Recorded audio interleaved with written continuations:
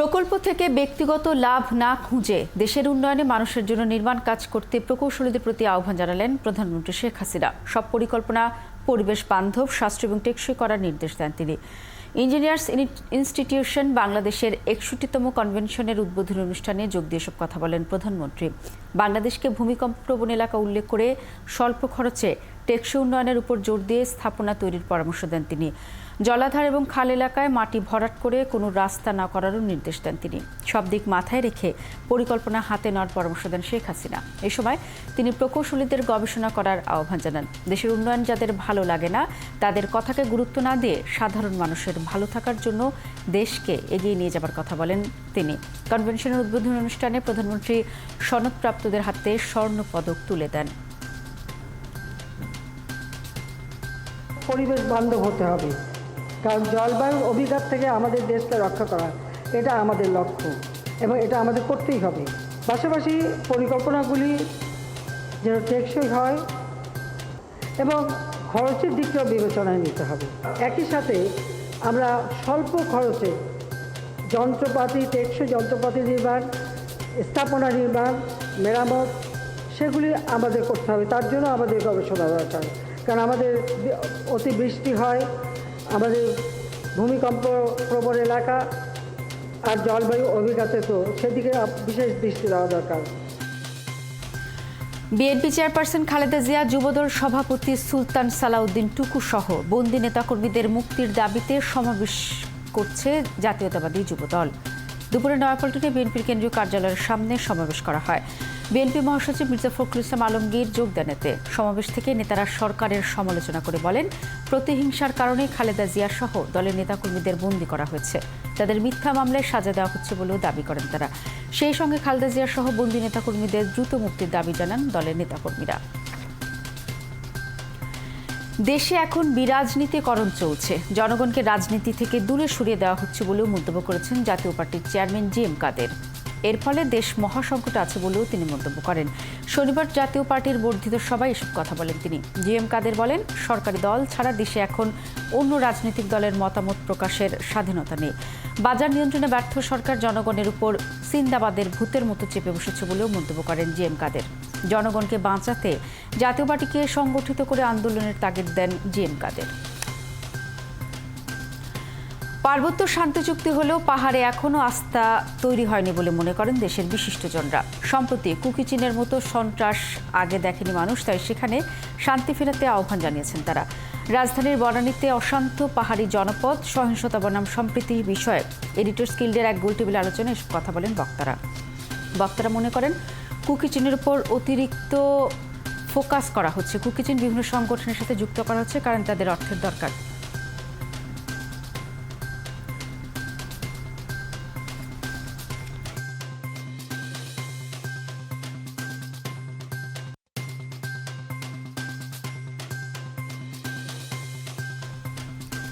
আগামীকাল এসএসসি ও সমমান পরীক্ষার ফলাফল প্রকাশিত হবে। আজ সকাল 10টায় গণভবনে প্রধানমন্ত্রী শেখ হাসিনার হাতে ফলাফলের সারসংক্ষেপ ও পরিসংখ্যান তুলে দেবেন শিক্ষামন্ত্রী মহিবুল হাসান চৌধুরী নওফেল। শিক্ষা মন্ত্রণালয়ের সংবাদ বিজ্ঞপ্তিতে একথা জানানো হয়। মাধ্যমিক ও সমমান পরীক্ষার ফল প্রকাশের কার্যক্রম আনুষ্ঠানিকভাবে উদ্বোধন করবেন প্রধানমন্ত্রী। এ সময় তার সঙ্গে থাকবেন 9টি শিক্ষা বোর্ডের চেয়ারম্যানরা। পরে শিক্ষামন্ত্রী সংবাদ সম্মেলন করে ফলাফলের বিস্তারিত তথ্য তুলে ধরবেন। বেলা 11টায় ফলাফল নিজ নিজ শিক্ষা প্রতিষ্ঠান এবং অনলাইনে একযোগে প্রকাশিত হবে। ফল প্রকাশের পর শিক্ষার্থীরা শিক্ষা বোর্ডগুলির ওয়েবসাইট এবং SMS এর মাধ্যমে ফল জানতে পারবেন। গত 15 ফেব্রুয়ারি থেকে এসএসসি ও সমমানের পরীক্ষা শুরু হয়। এবারের এসএসসি দাখিল ও ভোকেশনাল পরীক্ষায় 20,24,192 জন শিক্ষার্থী অংশ নেন। একাডেমিক শিক্ষার পাশাপাশি নতুন নতুন বিষয়ে দক্ষতা অর্জন না করতে পারলে দেশে কিংবা বিদেশে কর্মক্ষেত্র পিছিয়ে পড়তে হবে বলে মন্তব্য করেছেন শিক্ষামন্ত্রী মহিবুল হাসান চৌধুরী নওফেল। সিটি ইউনিভার্সিটির 4র্থ সমাবর্তনের আয়োজনে কথা বলেন মন্ত্রী। সমাবর্তন অনুষ্ঠানে স্নাতকদের নতুন নতুন বিষয়ে অভিজ্ঞতা অর্জনের করার পরামর্শ দেন শিক্ষামন্ত্রী। আরও বলেন, বিশ্বমানের হতে নিজেদেরকে তৈরি করতে হবে, আর চাকরির পেছনে না ঘুরে নিজ উদ্যোগেই শিক্ষার্থীদের উদ্যোক্তা হওয়ার পরামর্শ দেন বাণিজ্য প্রতিমন্ত্রী আহসানুল ইসলাম টিটু। এছাড়া শিক্ষার্থীদের উদ্দেশ্যে নানা দিক নির্দেশনামূলক বক্তব্য দেন দেশের বিশিষ্টজনেরা। সকালেই মেঘ নামায়, রাতের অন্ধকার, ঝুম বৃষ্টি ঝড়ে রাজধানীতে। প্রায় 1 ঘন্টা টানা বৃষ্টিতে অনেক সড়কে জমে যায় পানি, কোথাও কোথাও দেখা দেয় জলাবদ্ধতা। ভোর 6টার পরই হঠাৎ ঢাকার আকাশ কালো হয়ে আসে, বইতে থাকে ঝোড়ো হাওয়া। সকাল 7টার কিছু সময় পর থেকে শুরু হয় মুষলধারে বজ্রসহ বৃষ্টি। গত কয়েকদিন ধরে বিচ্ছিন্নভাবে বৃষ্টি হচ্ছে দেশের বিভিন্ন অঞ্চলে। আবহাওয়া অধিদপ্তর বলছে এমন আবহাওয়া থাকতে পারে আরও 4 থেকে 5 দিন। সকালে এই বৃষ্টিতে রাজধানীর অনেক সড়কে পানি জমে গেছে, এতে দুর্ভোগে পড়েন পথচারী ও যাত্রীরা। রাজধানীতে 87 মিলিমিটার বৃষ্টিপাত রেকর্ড করা হয়েছে। এদিকে এই মাসের 15 তারিখ থেকে আবারও তাপপ্রবাহের পূর্বাভাস দিয়েছেন আবহাওয়াবিদরা, যা মাস জুড়েই থাকবে বলে জানান তারা। এদিকে রাজধানীতে জলাবদ্ধতার দ্রুত সমাধানে 10টি অঞ্চলে 10টি কুইক রেসপন্স টিম গঠন করা হয়েছে বলে জানান ঢাকা উত্তরের মেয়র আতিকুল ইসলাম। কুইক রেসপন্স টিমের হটলাইন নাম্বার 16106। ই বর্জ্যের জন্য নতুন ল্যান্ডফিল্ডে আলাদা জায়গা রাখা হয়েছে বলে জানান মেয়র আতিক। সকালে ডিএনসিসির নগর ভবনের সামনে বর্জ্য প্রদর্শনীতে তিনি এসব কথা বলেন। প্রদর্শনীতে বিভিন্ন শিক্ষা প্রতিষ্ঠানের শিক্ষার্থীরা অংশ নেয়। বড় বড় বর্জ্য ফেলার কারণে রাজধানীর খাল মরে যাচ্ছে, তাই প্রদর্শনী থেকে পাওয়া শিক্ষা নিজেরা মেনে চলবেন এবং সবাইকে সচেতন হওয়ার আহ্বান জানান অংশগ্রহণকারী শিক্ষার্থীরা। 7 দিন ধরে চলবে এই বর্জ্য প্রদর্শনী। উনি দেখছি কোথাও বর্জ্য বা ড্রেন আটকে আছে, আমাদের কুইক রেসপন্স টিমের মাধ্যমে ইমিডিয়েটলি আমরা সেই ধরনের জলজটটাকে ছড়িয়ে দিচ্ছি। আগে আমাদের হটলাইন আছে, হটলাইনে ফোন দিলে হবে। আমরা যদি এই ধরনের বর্জ্য ড্রেনে কিংবা খালে কিংবা লেকে না ফেলি, অবশ্যই ডেফিনেটলি আমি বলতে পারি এই যে জলজট যেটা আছে এটির থেকে আমরা রেহাই দিতে পারবো। বাজার নিয়ন্ত্রণ অভিযান চালাতে গিয়ে তোপের মুখে পড়লে কাঙ্ক্ষিত সহযোগিতা পাওয়া যায় না বলে মন্তব্য করেছেন ভোক্তা অধিকার সংরক্ষণ দফতরের মহাপরিচালক। ক্যাবের প্রতিনিধি সম্মেলনে কথা বলেন তিনি। অন্যদিকে ক্যাবের সভাপতি বলেন, ভোক্তা অধিকার কর্মীদের সবসময় অরাজনৈতিক থেকে ভোক্তার পক্ষে কাজ করতে হবে। ফয়সাল রয়েলের প্রতিবেদন। নিত্যপণ্যের লাগামহীন মূল্য ঠেকাতে ভোক্তা অধিকার অভিযান ও জরিমানা করে তা নিয়ন্ত্রণের চেষ্টা করে। এই চেষ্টা করতে গিয়ে নানা সময়ে তোপের মুখে পড়ার কথা জানান ভোক্তা অধিকারের মহাপরিচালক। তার আক্ষেপ, এই সময় তিনি কাঙ্ক্ষিত ব্যক্তি বা সংস্থার কাছ থেকে প্রয়োজনীয় সহায়তা পান না। যখন এই পুরানো ঢাকায় টোটাল কসমেটিক নকল হচ্ছে, যে কসমেটিক মুখে মাখার পরে মুখটা পুড়ে বার্ন হয়ে যাচ্ছে, সেখানে তথ্য নিয়ে অভিযান করলাম। সেখানে 500 লোক আমাদের অফিসারকে ঘেরাও করেছে। ওই আপনারা তো এই যে ঘেরাও করলো, সেখানে তো আপনারা খুব বেশি দাঁড়ান নাই। টিসিবির মিলনায়তনে consumer association of Bangladesh cab আয়োজিত এক সেমিনারে উঠে আসে ভোক্তা অধিকার সংগঠন ও ক্যাবকে শক্তিশালী করার নানা দিক।